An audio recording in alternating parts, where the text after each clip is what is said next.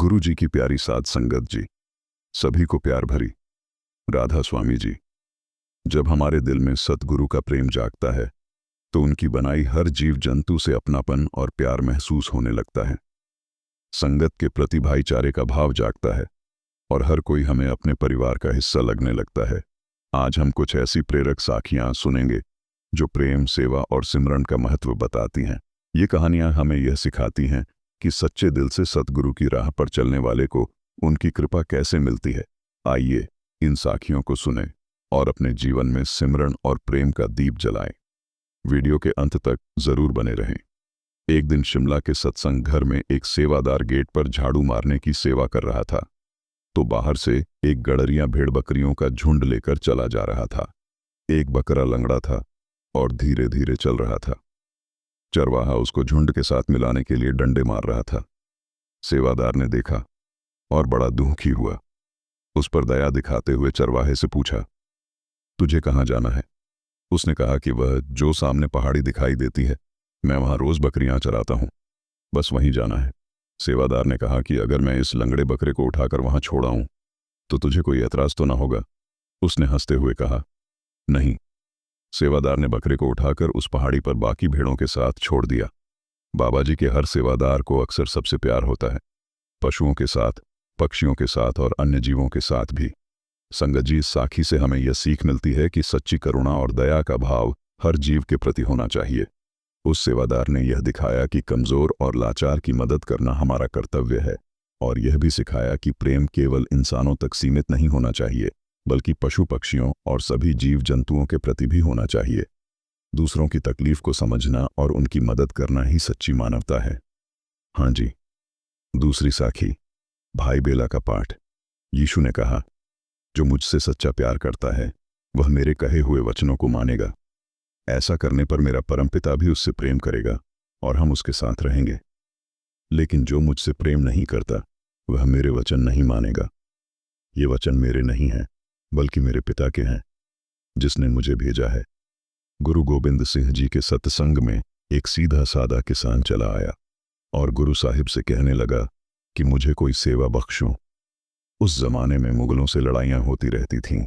गुरु साहिब ने पूछा, तुझे बंदूक चलानी आती है? नहीं। फिर कहने लगे, क्या तुझे घुड़सवारी करनी आती है? नहीं। गुरु साहिब ने कहा, फिर तू क्या करेगा? कहने लगा, मैं घोड़ों की सेवा करूंगा। उन्होंने उसे घोड़ों की सेवा पर लगा दिया। वह बड़े प्रेम से सेवा करता रहा। लीद वगैरह बाहर फेंक आता, अच्छी घास डालता, हर प्रकार की सफाई रखता।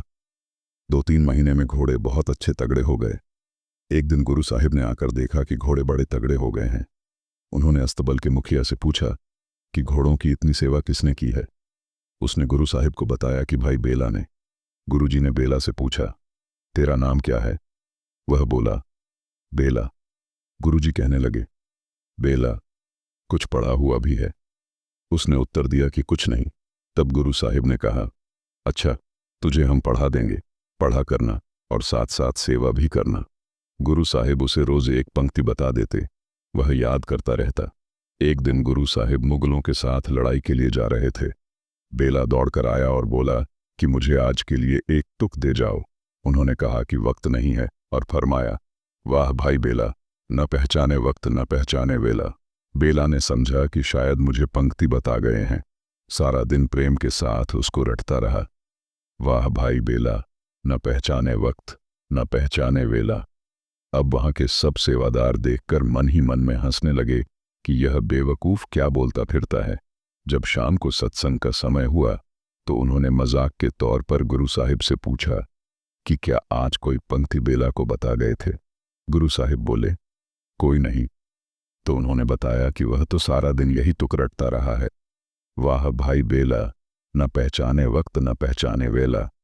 गुरु साहिब ने हंसकर कहा, जिसने वक्त नहीं पहचाना वह समझ गया, वह पार हो गया। ज्यों ही गुरु साहिब ने ये वचन फरमाए, बेला की सूरत ऊपरी मंडलों में चढ़ गई। अब सारा दिन प्रेम से तुक रटता रहता था। अगर सूरत अंदर जाती तो नाम के रंग में रंगा रहता, अगर बाहर आती तो गुरु के ख्याल और नाम के प्यार में डूबा रहता।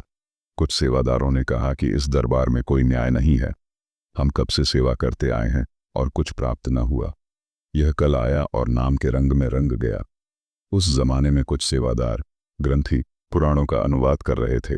कहने लगे, पुराणों का अनुवाद किया, सेवा की, लेकिन व्यर्थ। क्रोध से भर गए कि अब यहाँ रहना नहीं चाहिए। गुरु साहिब ने देखा कि वे क्रोध में आ गए हैं। समझाने के लिए उन्होंने कुछ भांग दे दी कि इसको प्रेम के साथ पीसो। नियम है कि भांग को जितना ज्यादा पीसा जाता है उतना ही ज्यादा नशा देती है। खूब पीसा। भांग का घड़ा तैयार हो गया तो गुरु साहिब ने हुक्म दिया कि भांग की कुल्ली कर करके छोड़ते जाओ। जब सारा घड़ा खत्म हो गया तो पूछा कि क्या नशा आया। उन्होंने जवाब दिया कि कुछ नहीं आया। गुरु साहिब ने कहा, बेला वाले सवाल का जवाब यही है, उसके अंदर नाम का रंग चढ़ गया है। मतलब तो ये है कि जब तक अंदर प्यार ना हो मुक्ति नहीं मिलती, न पर्दा खुलता है और न शांति आती है। तीसरी साखी, असली विद्वान कौन? मैं अपनी मूर्खता भरी बातें करने वाली जबान से परमात्मा नाम की भेद भरी बातों को बयान करने की हिम्मत नहीं कर सकता। अगर मैं हिम्मत करूं तो भी बयान नहीं कर सकता। एक बार एक विद्यार्थी अपनी बीए की पढ़ाई पूरी करके अपने घर जा रहा था। रास्ते में उसे एक जाट ने पूछा कि कहाँ से आ रहे हो?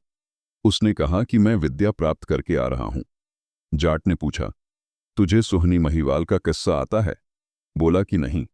दोबारा फिर पूछा, हीर रांझा का आता है? कहता है कि नहीं। जाट ने फिर कहा, सस्सी पुन्नू का किस्सा आता है? कहता है कि कोई नहीं। जाट ने कहा, फिर तुम कैसे पढ़े लिखे हो?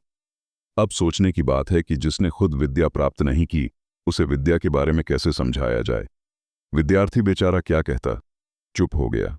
इसी तरह अब आप बताओ, जो अंदर नहीं गए उनको क्या बताएं? क्योंकि जो नज़ारे संत अपने अंदर ध्यान लगाकर देखते हैं उनकी मिसाल बाहर है ही नहीं। साथ संगत जी, आज की इन प्रेरक साखियों ने हमारे दिलों को सद्गुरु के प्रेम, सेवा और सिमरन के महत्व से भर दिया है। इन साखियों से हमें यह सीख मिलती है कि सच्चे प्रेम और समर्पण से सद्गुरु की कृपा कैसे प्राप्त होती है। आपको ये साखियाँ कैसी लगी हमें ज़रूर बताएं। अपनी राय नीचे कमेंट करें और अगर आपको यह वीडियो पसंद आया हो तो इसे लाइक करें, अपने दोस्तों और परिवार के साथ शेयर करें और हमारे चैनल को सब्सक्राइब करना न भूलें। सद्गुरु की राह पर चलते हुए अपने जीवन में प्रेम और सेवा का दीप जलाते रहें। राधा स्वामी जी।